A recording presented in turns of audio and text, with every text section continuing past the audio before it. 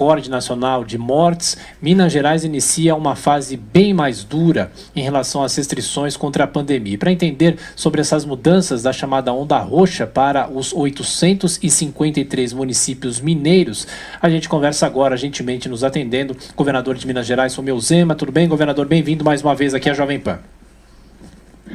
Bom dia, Tiago. É um prazer estar aí com vocês mais uma vez. Espero poder contribuir nesse momento tão triste, tão difícil que todos nós estamos vivendo. Claro. Governador, eu acompanhei a fala do senhor ontem, o senhor elevou um pouco o tom, falando que a pessoa que vai para a rua e se aglomera é uma pessoa ligada a assassinato, enfim. O senhor elevou o tom e realmente a situação é dramática. Eu pergunto, como gestor, governador, o que é possível fazer num momento como esse, quando as previsões são as mais sombrias possíveis, não só no estado que o senhor comanda, mas também em outras partes do Brasil? Tiago, realmente, talvez eu, no calor do momento, usei um termo que expressasse essa indignação, porque quando você vê pessoas aguardando um leito de UTI para poder sobreviver e recebe simultaneamente relatos da Polícia Militar de que está havendo festas, aglomerações, sem nenhuma justificativa para tal, isso realmente te causa uma indignação muito grande. E talvez eu, naquele momento ali, usei um termo que não sei se é o mais ou não adequado, mas que eu tenho certeza, a opinião de boa parte dos mineiros que hoje tem algum amigo, tem alguma pessoa na fila de espera aguardando por atendimento médico. O nosso sistema de saúde já está em colapso há alguns dias e não há atendimento para todos aqueles que procuram. Então, essa conscientização, essa necessidade das pessoas entenderem que pequenas mudanças na sua forma de agir pode salvar vidas é importantíssimo. Então, é isso que, como governador do estado, eu solicito a todos os mineiros. E lembro que a situação no Brasil não é diferente. Ontem nós tivemos um número monstruoso de mortes e muito provavelmente hoje, amanhã, esse número deve inclusive piorar, superando a triste barreira dos 3.000 óbitos por dia. E cada pessoa que deixa de fazer um pouco de esforço no sentido do isolamento é uma pessoa que está colocando a vida dos outros em risco, porque não há mais sistema de saúde que comporte a quantidade de pessoas que tem demandado. O sistema de saúde no Brasil praticamente dobrou de tamanho nesse um ano de pandemia, foi o que aconteceu em Minas Gerais, mas não existem mais profissionais de saúde disponíveis para dar atendimento. Não adianta ter respirador, não adianta ter leitos de UTIs, porque não existem mais médicos especializados em UTIs para atender aqueles que precisam. Então, é um momento que as pessoas precisam compreender a importância das suas atitudes, inclusive as pequenas. Governador, agora pergunta de Brasília, José Maria Trindade. Zé Maria. Governador, muito bom dia. Uma vez eu escutei uma frase de um construtor que me marcou muito. Ele disse que na construção, quando alguém dá a ordem, vamos parar a obra, que é um desacerto, uma tragédia. São empregos que se perdem, são desgastes, prejuízos financeiros, a manutenção de uma obra parada que não fica barato e a retomada depois, se houver a retomada, fica muito oneroso. E eu imagino a decisão de dar essa ordem. Vamos parar um estado do tamanho de Minas Gerais. Minha pergunta para o senhor é sobre as repercussões. Como estão sendo as reações aí no seu estado, governador? Bom dia, Zé Maria. É lógico, Zé Maria, que sempre há grupos, pessoas contrárias a esse tipo de medida. Mas nós sempre estivemos abertos. Nós temos aqui o Comitê Extraordinário Covid, do qual participa o Ministério Público, o Tribunal de Justiça, a Assembleia Legislativa, o Tribunal Regional do Trabalho, o Tribunal de Contas. Eu nunca agi sozinho. Eu sempre escuto, compartilho com as partes envolvidas, inclusive com o setor produtivo, a FIENG, a Federação Nacional do Comércio, o CDL aqui de Minas Gerais, a FEComércio, todos participam e são avisados de antemão como está a situação e para onde nós estamos caminhando. Com toda certeza, isso deixa as pessoas cientes do que está por vir, acabam tendo condição de comunicar os seus associados, mas eu sei que uma situação como esta gera impacto negativo na vida de muitas pessoas, que muitas vezes dependem de sair de casa para poder trazer o sustento.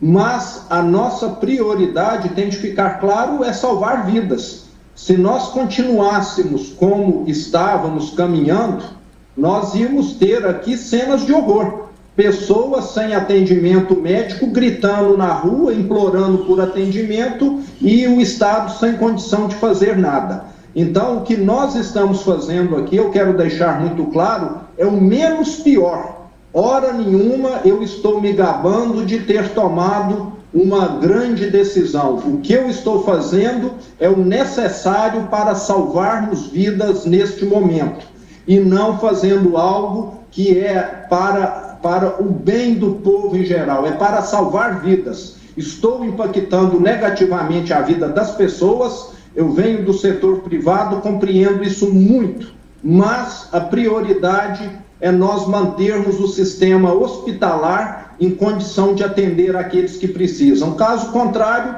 nós vamos ter efeitos colaterais muito maior do que com essa medida que adotamos esta semana. Sim, e como funciona então a partir de hoje no estado de Minas Gerais a fase roxa, governador? Qual a diferença entre a fase anterior e o possível lockdown e do que depende o estado para sair dessa situação? O senhor tem ideia quantos dias deve ficar? Nós decretamos a fase roxa com duração de 15 dias, então ela inicia amanhã em todo o estado, quinta-feira, e vai estar terminando coincidentemente na sexta-feira da Paixão, na Semana Santa. Nós esperamos que com essa medida o número de pessoas que são infectadas e procuram a rede hospitalar caia substancialmente, e é a primeira vez que depois de um ano de pandemia, eu como governador do estado tomei uma medida drástica, uma medida forte, porque sempre confiei nos prefeitos que fizeram um ótimo trabalho, mas num estado que tem 853 municípios, em que as pessoas estão sempre procurando atendimento médico em cidades vizinhas, nós temos de ter uma ação conjunta nesse momento, porque nunca tivemos nesses 12 meses de pandemia uma situação que se aproximasse dessa em que o sistema de saúde estivesse em colapso. Então, por 15 dias, todos os prefeitos do estado estão subordinados a essa decisão que nós aqui, governo do estado, tomamos, que é a onda roxa, que restringe a mobilidade, que faz com que as pessoas só possam estar saindo de casa para atividades essenciais. Chegamos no limite, não há como mais nós conduzirmos essa questão do atendimento na saúde, mantê-lo suportável caso não tenhamos esse tipo de medida. Governador Romeu Zema, agora a pergunta de Paulo Figueiredo. Bom dia, governador. Realmente há uma distinção grande entre festas e trabalho, né? A gente está falando de pessoas que estão impossibilitadas de trabalhar. O senhor tem uma carreira absolutamente admirável na iniciativa privada e foi um dos últimos governadores a adotar lockdown, sempre foi adotou essas políticas com bastante parcimônia. Mas de lá para cá nós tivemos algum avanço no conhecimento científico sobre o assunto, né? O próprio doutor Peter Nabarro, da Organização Mundial de Saúde, condenou os lockdowns, disse que são medidas inefetivas e que causam pobreza. Nós tivemos o estudo do Jornal Europeu de Investigação Clínica em janeiro, que também atestou que lockdowns não surtem efeitos, e agora o estudo da Nature, na semana passada, que também mostrou que não há correlação entre o lockdown e a redução do número de mortes. A pergunta que eu tenho que fazer para o senhor é o seguinte: além desse comitê que o senhor formou aí com gente que Ministério do Trabalho, não sei o quê, pergunta para o senhor, teve algum embasamento nessa medida, ou ela é simplesmente uma medida desesperada, justificada diante da situação, mas desesperada para tentar fazer alguma coisa? Não, nós temos aqui técnicos na área de saúde, na nossa secretaria, que tem acompanhado. Eu quero lembrar, realmente conheço esses estudos, acredito nos mesmos, mas nós temos estudos e ações concretas mundo afora, inclusive de países desenvolvidos, né, citando aqui agora, especialmente a Inglaterra, a Alemanha, onde com certeza essas medidas de restrição de circulação não foram adotadas por mero achismo. Com toda certeza também esses países adotaram porque encontraram dados que mostram que funcionam. Eu vejo que nesse momento em que nós estamos lidando com o vírus há apenas um ano, ainda não há opiniões concretas, confiáveis, tanto no sentido quanto em outro sentido, daquilo que é melhor fazer. Mas eu posso dizer, e os números já começam a provar em algumas regiões do Brasil, que aquelas cidades, aquelas regiões que adotaram essa restrição de circulação, já começaram a ter números melhores. E aqui em Minas Gerais, que nesse momento nós temos 200 pessoas aguardando UTI, eu vejo que qualquer tipo de sacrifício vale em nome das vidas humanas. Nós não estamos mais falando em evitar o colapso, nós já estamos no colapso. A não adoção dessa medida pode acarretar a perda de milhares de vidas aqui dentro do Estado. Então seria uma irresponsabilidade minha não adotar uma medida mais forte como essa e daqui uma semana nós termos aqui 1.000 óbitos por dia no Estado. Com toda certeza o reflexo psicológico disso, o reflexo na vida das pessoas, talvez teria um impacto maior do que essa restrição de circulação. Então é algo realmente que ainda vai ser analisado, estudado. Eu vejo que as conclusões só sairão daqui a alguns anos. Muito ainda há para se descobrir sobre o vírus, inclusive essa segunda cepa, eu conversando com pessoas do sistema de saúde, falando que ela atinge mais pessoas mais jovens.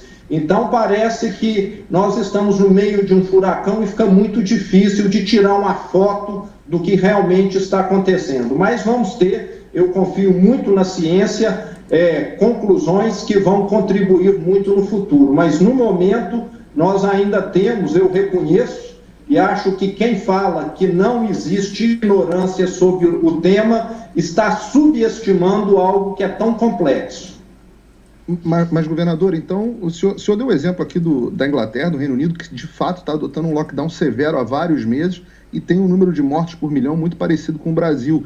O senhor também está dizendo agora que não há opiniões concretas, não há estudos concretos. Eu admiro a postura do governador no sentido de que admite a ignorância mundial sobre o tema, mas diante de uma ignorância mundial sobre o tema na verdade, estudos científicos apontando na outra direção, qual é o embasamento, então, para tomar uma medida sem estudos concretos, que o senhor acaba de admitir?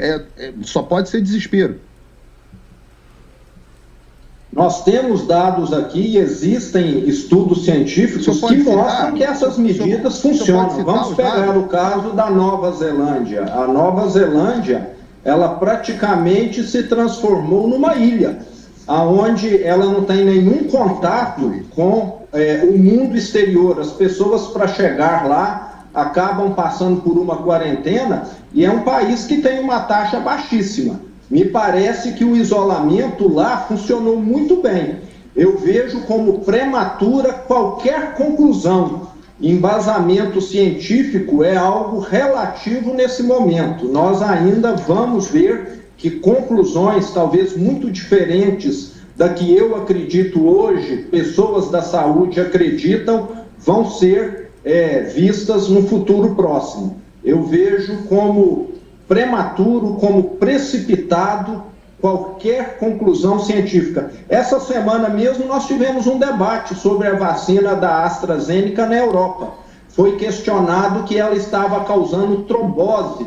Depois foi visto que na população vacinada o índice de trombose era menor do que na população em geral. Então está surgindo muitas ideias, muitas correntes, e num momento como esse nós temos de salvar vidas. Posso até, daqui a um ano, enxergar que havia outra solução melhor, mas no momento que nós precisamos, e os nossos dados indicam, essa medida de restrição. Sem dúvida, governador. Nosso tempo está esgotado já, mas eu preciso perguntar para o senhor, o que o senhor espera do novo ministro da Saúde? O senhor acha que haverá uma mudança ou, como o próprio Palácio do Planalto vem falando, uma continuidade? Eu espero que o ministro de Saúde, até pela formação dele, que é uma formação na área, venha a exercer a função dele com autonomia. Eu não sou médico e Minas Gerais tem tido uma taxa de óbito muito inferior à do Brasil. Se o Brasil tivesse o mesmo número de Minas, o Brasil teria tido 74 mil óbitos a menos. E eu sempre confiei aqui nas decisões das pessoas da área de saúde da secretaria, que são formados, que estudaram para isso. Eu vejo que nós precisamos confiar mais na ciência e menos no achismo. É isso que eu espero do novo ministro. Governador de Minas Gerais, sou meu Zema. Mais uma vez, obrigado pela atenção, pela gentileza, e estamos torcendo para que essa situação se reverta. Um abraço. Bom dia, um abraço.